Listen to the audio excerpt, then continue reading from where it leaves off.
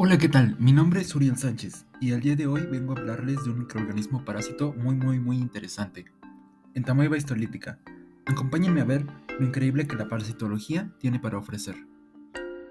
En este planeta existen organismos muy interesantes y a su vez muy extraños. Muchos de los organismos más extraños y difíciles de clasificar se encuentran en el reino protista. Precisamente, debido a la complejidad de la clasificación moderna de este reino, la definición más reciente y revisada es la de Adul y colaboradores del 2012. Adel decía que estos pequeños eucariotas se dividen en varios supergrupos monofiléticos, como por ejemplo Arquiplástida, Sar o Excavata. El término tradicional protista se reconoce como un grupo parafilético, que incluye a todos los eucariotas que no son plantas, animales u hongos. Por lo tanto, ya no se recomienda el uso del reino protista como categoría formal, ya que no representa un linaje evolutivo único, sino una colección diversa de linajes distintos. Fiu, es muy complejo, ¿no? Pero ¿y si te dijera que dentro de este reino podemos encontrar a unos organismos unicelulares muy interesantes que pueden parecer desde pequeñas manchas sin forma hasta grandes supercúmulos de las mismas, que se comportan como hongos? Estoy hablando de las amebas, pequeños microorganismos solo visibles bajo un microscopio y que se mueven como la famosa mancha voraz, aquella película de 1988. Las más grandes pueden medir hasta 700 micrómetros, lo cual es apenas perceptible para el ojo humano. Las amebas se mueven por medio de unas proyecciones de su citoplasma llamadas pseudópodos, que funcionan como si fueran tentáculos, ayudándoles a moverse y alimentarse. Ellas se alimentan fagocitando otros organismos más pequeños o partículas más pequeñas, es decir, atrapando y rodeando lo que buscan comerse hasta meterlo dentro de su citoplasma. Aunque la gran mayoría de las amebas son inofensivas y de vida libre, algunas especies han evolucionado para vivir como parásitos dentro de otros organismos, incluyendo a los humanos. Algunas amebas han logrado este fin adaptándose de manera increíble a esta interacción, haciendo uso de técnicas como invadir los tejidos, evadir el sistema inmune o incluso liberar enzimas y toxinas. Algunos ejemplos muy famosos de amebas parásitas son como el de Naegleria fowleri, la ameba come cerebros, la cual es terroríficamente intrigante por su capacidad de destruir el tejido cerebral con una rapidez devastadora, llevando a una enfermedad casi siempre fatal, tras una simple exposición nasal en aguas dulces. Acanthameba es una amenaza sigilosa, popular por causar infecciones oculares graves en usuarios de lentes de contacto, y por su increíble resistencia a ambientes hostiles y a los desinfectantes. Y finalmente, el organismo que será el protagonista de este video, Entamoeba histolítica. Es importante recordar un término interesante. El parasitismo es una relación en la que un ser vivo, el parásito, vive a costa de otro, el huésped, perjudicándolo. El parásito se beneficia obteniendo alimento, refugio y un lugar para reproducirse, mientras que el huésped sale perjudicado, ya que puede debilitarse, enfermarse o incluso morir. Es en esencia una forma de vida donde el éxito de uno depende del perjuicio del otro. La historia de Entamoeba histolítica comienza con la descripción de sus síntomas, la disentería, desde la antigüedad por figuras como Hipócrates. Sin embargo, su descubrimiento como parásito fue un proceso gradual. Aunque Lamb en 1850 y Feder-Loch en 1875 observaron por primera vez amebas en heces de pacientes con disentería, no establecieron una relación causal definitiva. Fue en la década de 1880 cuando investigadores como Koch en Egipto y Cartulis en el Cairo, mediante la observación de amebas en las úlceras intestinales y en abscesos hepáticos de pacientes fallecidos, demostraron mediante hallazgos clínico-patológicos que esta ameba era el agente causal de la disentería y el absceso hepático. El zoólogo alemán Fritz Schaudinn fue quien en 1903 le dio el nombre definitivo de Entamoeba histolítica para destacar su capacidad de destruir tejidos. La confirmación de su patogenicidad se consolidó por varios métodos. Un hito clave fue el experimento de Walker y Sellards en 1913, quienes, infectando a voluntarios con quistes, probaron que Entamoeba histolítica causaba colitis amebiana, mientras que una especie muy parecida, Entamoeba coli, era un comensal inofensivo. Posteriormente, el desarrollo de técnicas de cultivo, primero mixtas y luego exénicas, o sea, libres de otros organismos, por Diamond en los años 60, permitió avances significativos. Finalmente, los estudios de isoenzimas o simodemas realizados por Sergon y Williams en 1978 permitieron diferenciar por primera vez cepas patógenas de no patógenas, confirmando la hipótesis de Brown en 1925 de que existían dos especies morfológicamente idénticas, Entamoeba histolítica, que era patógena, Entamoeba dispar, que no era patógena, una distinción que la OMS aceptó oficialmente en 1997. El ciclo de vida de Entamoeba histolytica comienza cuando una persona ingiere agua o alimentos contaminados con quistes maduras, que son la forma resistente del parásito.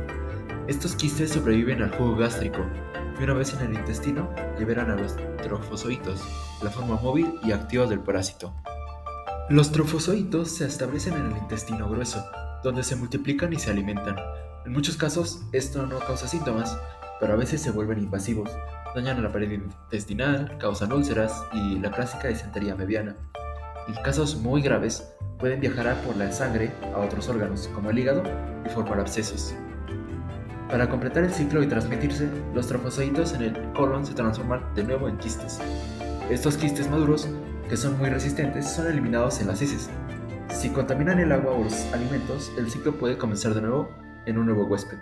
Es crucial recordar que solo los quistes son infecciosos, los trofozoitos no sobreviven fuera del cuerpo. Y a todo esto, hay un término para la enfermedad causada por este parásito. Intento hablar sobre qué es la mebiasis.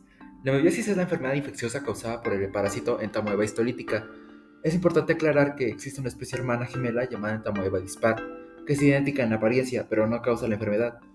La mebiasis es un problema de salud global, especialmente en regiones tropicales y zonas con condiciones sanitarias deficientes. El espectro de la enfermedad es muy amplio.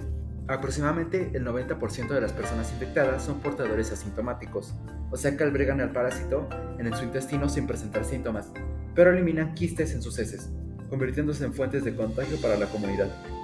Casi el 10% restante desarrolla mebiasis intestinal sintomática, que se manifiesta de varias formas. La colitis mediana no disentérica causa diarrea crónica, dolor abdominal y flatulencia. La disentería mediana aguda, su forma más reconocida, se caracteriza por diarrea con sangre, moco y dolor intenso. En casos raros pero graves, puede presentarse una colitis fulminante con necrosis intestinal o un ameboma, una masa en la pared del colon que puede confundirse con cáncer. Menos del 1% de los casos desarrolla amebiasis extraintestinal, cuando el parásito decide diseminarse a otros órganos. La complicación más frecuente es el absceso hepático mediano, que causa fiebre alta y dolor en el lado derecho del abdomen. Para el diagnóstico, el método más accesible es el examen microscópico de heces, que puede detectar trofozoitos o quistes. Sin embargo, esta técnica no puede diferenciar entre la especie patógena, Entamoeba histolytica, y las no patógenas como Entamoeba dispar, por lo que se suele informar como complejo Entamoeba histolytica dispar. Un hallazgo clave que sugiere la infección por la especie patógena es observar trofozoitos que han fagocitado glóbulos rojos. La mebiasis es una prioridad máxima para la Organización Mundial de la Salud, debido a su grave impacto en poblaciones vulnerables de zonas tropicales con malas condiciones sanitarias. Según estimaciones recientes, en 2023 alrededor de 500 millones de personas estaban infectadas con el parásito, y aproximadamente el 10% de ellos desarrolló la forma invasiva de la enfermedad. Esta variante más grave causa cerca de 55.000 muertes al año, lo que posiciona a la mebiasis como la tercera enfermedad parasitaria más mortal después de la malaria y la esquistosomiasis.